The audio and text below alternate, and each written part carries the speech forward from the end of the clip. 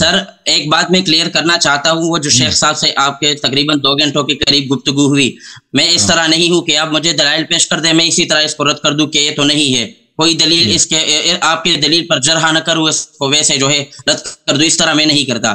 میں جو ہے وہ علم سیکھنا چاہتا ہوں آپ سے، میں نے بہت کچھ سیکھا ہے اور ابھی سیکھنے کا ارادہ ہے. اس سے پہلے اس بات سے پہلے آپ شیخ صاحب سے جو آپ نے طنزاً شیخ رشید کہا، اس سے آپ کا گفتگو ہو رہا تھا اور آپ نے کہا کہ خلق اور کسب میں کوئی فرق نہیں ہے. ٹھیک ہے، اس میں فرق نہیں ہے، خلق اور کسب میں، خلق اور کسب میں، علم کلام میں جو خلق و کسب کہا جاتا ہے، نہیں اس میں فرق ہے. ہاں بالکل، خلق اور کسب میں فرق بہت زمین آسمان کا فرق ہے متکلمین کے نزدیک. آپ کے ہاں کیا ہے؟ ہمارے ہاں تو کسب ہے نہیں نا. ہمارے ہاں دیکھیں، ہمارے ہاں میں جو کر رہا ہوں نا، یہ میں چائے پی رہا ہوں، فرض کریں یہ میں پی رہا ہوں. اللہ تعالیٰ نے مجھ میں اختیار دیا ہے، ارادہ دیا ہے، مجھے حیات دی ہے، مجھے زندگی دی ہے. اللہ تعالیٰ نے مجھے طاقت دی ہے، ٹھیک ہے نا. میں مجھے جو طاقت دی ہے، میں اس سے یہ چائے اٹھا کے پیتا ہوں، ٹھیک ہے نا. اگر میں چاہوں تو نہ پیوں، چاہوں تو پی لوں، یہ میرا اختیاری فعل ہے. یہاں پہ کوئی کسب وسب نہیں ہے.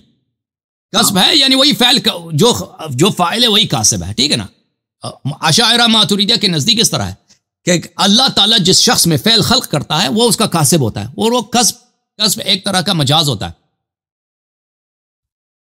شیخ بھائی صاحب آپ، جی سر. سر بجلی جو ہے وہ گئی ہے. میں ایک کتاب آپ کے سامنے پیش کرنا چاہتا ہوں. آپ کہتے ہیں کہ اہل سنت والجماعت جو ہے وہ اس کا عقیدہ یہ ہے کہ وہ جبریہ کا عقیدہ رکھتے ہیں. میں آپ اہل سنت سے مراد آپ کون لیتے ہیں؟ کتاب ہے، کون سا فرقہ؟ ماتریدیہ. جی. یہ میرے پاس کتاب ہے نور الانوار للشیخ احمد المعروف بن ملا جیون الصدیقی رحمہ اللہ. اس کا وہ خطبے میں کہتے ہیں الحمدللہ الذی ہدانا الی صراط مستقیم یا ہدانا الصراط المستقیم.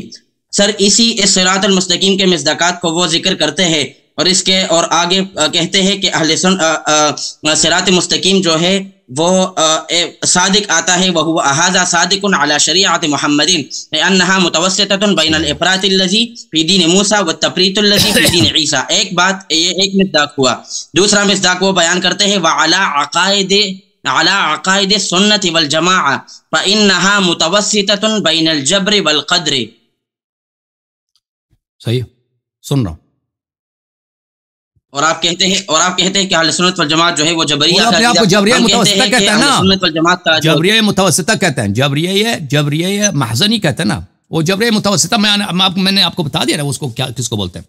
کہ دیکھیں ہر فعل کا خالق اللہ ہے، ہر فعل اللہ کی طاقت سے، اللہ کے ارادے سے ہوتا ہے.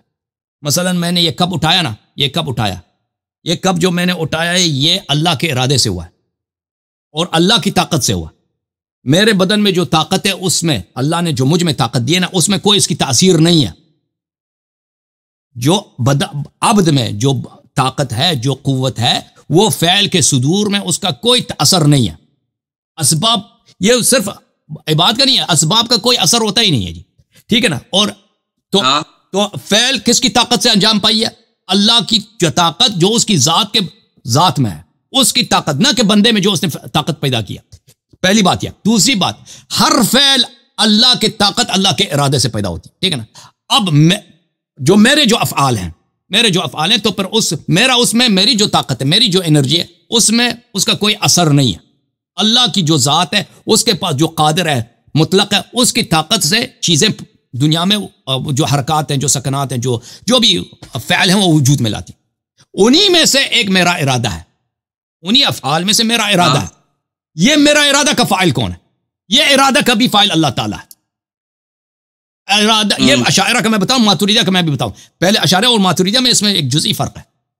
اشاعرہ کہتے ہیں کہ میرا ارادہ بھی، لیکن میں مختار ہوں، مجھے اختیار ہے کہ میں کروں یا نہ کروں.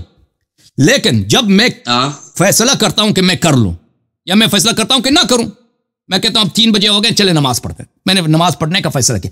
یہ ارادہ اللہ کا فعل ہے. یہ ارادہ جو ایک فعل ہے، یہ اللہ خلق کرتا ہے مجھ میں. اللہ نے میرے ضمیر میں یہ ارادہ خلق کیا کہ تو نماز پڑھ.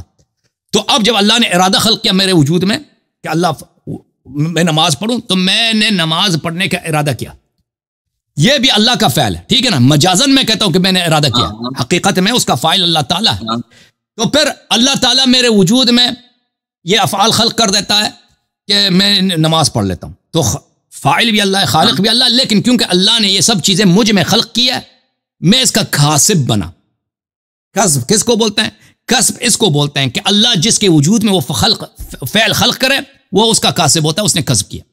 یہ اشاعرہ کا ہے۔ ماتوریدیہ کیا کہ ماتوریدیہ کا اس میں کوئی اختلاف ہی نہیں سوائے اس جملے کے کہتے ہیں دیکھو میں فاعل مختار ہوں، میرے پاس اختیار ہے کہ میں کروں یا نہ کروں، ٹھیک ہے نا۔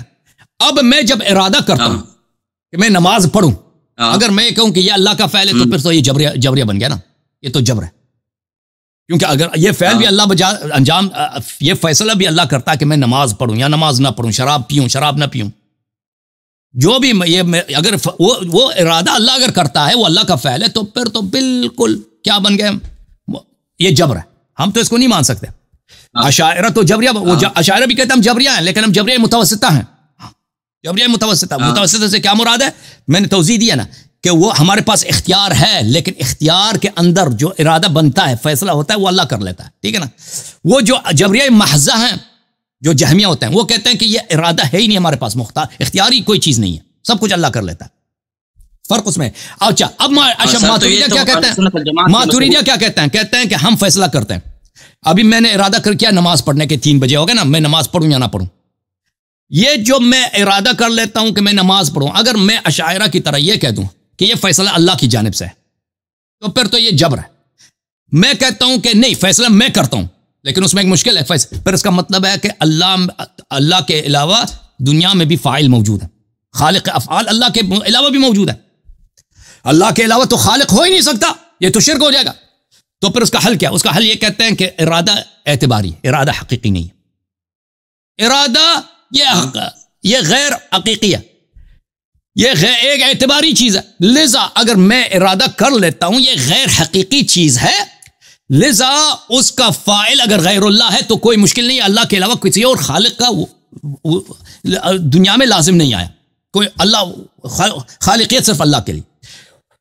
یہ اشاعرہ ماتوریدیہ کا عقیدہ ہے، اور ماتوریدیہ کا استدلال ہے وہ اس لیے کہ جبر سے بھی بچ سکیں اور اللہ کے علاوہ کسی دوسرے کو خالق بھی نہ بنائیں، انہوں نے یہ راستہ بنا دیا کہ بھئی کیا ہے کہ ارادہ غیر حقیقی، لیکن اس کا مشکل کیا ہے؟ جب ہم نے کہہ دیا کہ ارادہ غیر حقیقی ہے تو پھر آپ نے جبر کا اطلاق کر لیا نا، جب ارادہ خود ہے غیر حقیقی، حقیقت میں آپ کا ارادہ ہے ہی نہیں ہے، ٹھیک ہے نا، آپ کہتے ہیں یہ غیر حقیقی اعتباری چیز ہے، تو پھر آپ نے کہہ دیا نا کہ آپ حقیقت میں مختار نہیں ہے، ٹھیک ہے نا، وہ ہے اس کی کوئی حقیقت ہی نہیں، ایک چیز جو غیر حقیقی ہے بھائی، ٹھیک ہے نا، وہ دوسری طرف سے پس گئے گر گئے۔ ہاں، اور شیخ صاحب آپ کا عقیدہ یہ ہے کہ ہم جو افعال جو ہے وہ کرتے ہیں وہ اللہ کی خلق ہے نا؟ دیکھیں یہ خلق افعال جو ہے نا، یہ افعال جب ہم بجا لیتے ہیں یہ خلق اعیان اللہ کے لیے، اعیان جو چیز ہے نا کہ اللہ نے دنیا بنائی ہے، ہمیں بنایا، حیوانات کو بنایا، شجر، یہ اللہ تعالیٰ کے علاوہ کوئی نہیں بنا سکتا، لیکن باقی چیزیں جو ہے نا اللہ تعالیٰ نے ہمیں طاقت دی ہے نا، اسباب بنائے ہیں، مثلا آگ ہے، آگ واقعا جلاتا ہے، اس طرح نہیں آگ نہیں جلاتا، آگ میں اللہ تعالیٰ نے ایک خاصیت رکھی ہے، پاور رکھی ہے کہ اگر آگ سے حرارت پیدا ہوتی ہے نا، اس کے اوپر اگر پانی رکھ دیں، دودھ رکھ دیں، جس چیز کو وہ اس کو جلا لیتا ہے، اس کو حرارت پیدا، اسی طرح اللہ تعالیٰ نے ہمیں بھی یہ بتا دی، طاقت دی ہے، ہم کسی چیز کو خلق نہیں کر سکتے، مثلا یہ رومال ہے بھائی، یہ رومال میں کبھی عدم سے پیدا نہیں کر سکتا، اگر کوئی چیز مجھے نہ دو، مادہ کوئی نہ ہو، مادہ میرے پاس کچھ بھی نہ ہو، میں پیدا کروں، یہ میں کبھی میں پوری انسانیت جمع ہو جائے، پوری جن و انس جمع ہو جائے، یہ رومال کا ایک داغا بھی عدم سے پیدا نہیں کر سکتا، میٹر اگر ہمیں دے دے، جی ہاں، اگر ہمیں میٹر دے دو ہم داغا بھی بنائیں گے، رومال بھی بنائیں گے، ٹھیک ہے نا، لیکن یہ خلق شے نہیں ہے، یہ کیا ہے؟ یہ آپ خلق تقدیر ہے، خلق تقدیر سے کیا مراد؟ آپ چیزوں کا فارم بدل لیتے ہیں، چیزوں کی مکان بدل لیتے ہیں، اگر یہ پہلے کیا تھا؟ کپاس تھا، کپاس کو میں نے چینج کیا، داغا بنایا، داغا سے میں نے رومال بنا دیا، ٹھیک ہے نا،